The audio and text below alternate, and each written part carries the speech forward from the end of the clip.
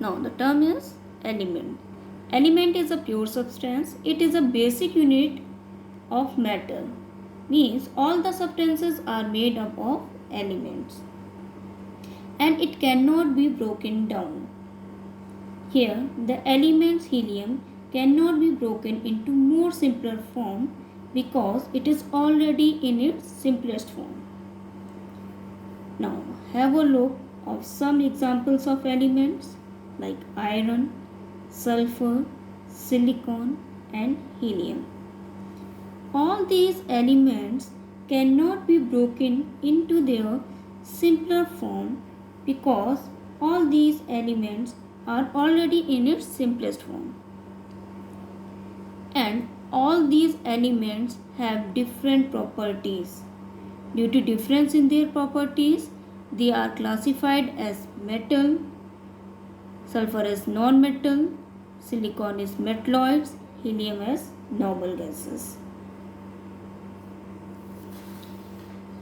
Now come to the next topic, that is your compound.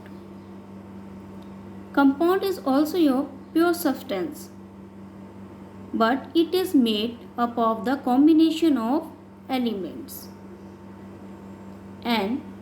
But the combination of elements are in fixed.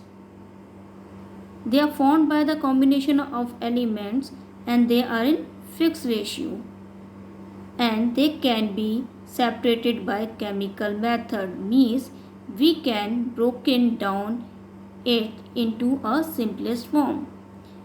Where elements cannot broken down, compounds can be broken down into its simplest form by chemical method. To understand this, have a look on the example. Here the example which shows that the one carbon atom is combined with two oxygen atom to form a carbon dioxide molecule. And this carbon dioxide compound can be separated as carbon, oxygen, oxygen atom by the chemical method. Another example of water molecule, it is formed by two hydrogen and one oxygen atom. And this compound can be separated or can be broken down into the simplest form as hydrogen, hydrogen, oxygen by chemical method. And the formation of all these compounds are in fixed ratio. If water molecules contain two hydrogen atoms and one oxygen atom, means all the molecules of the water consist of fixed ratio of hydrogen and oxygen. Similarly, carbon dioxide, to formation of carbon dioxide gas also contain a fixed ratio of oxygen and carbon to form the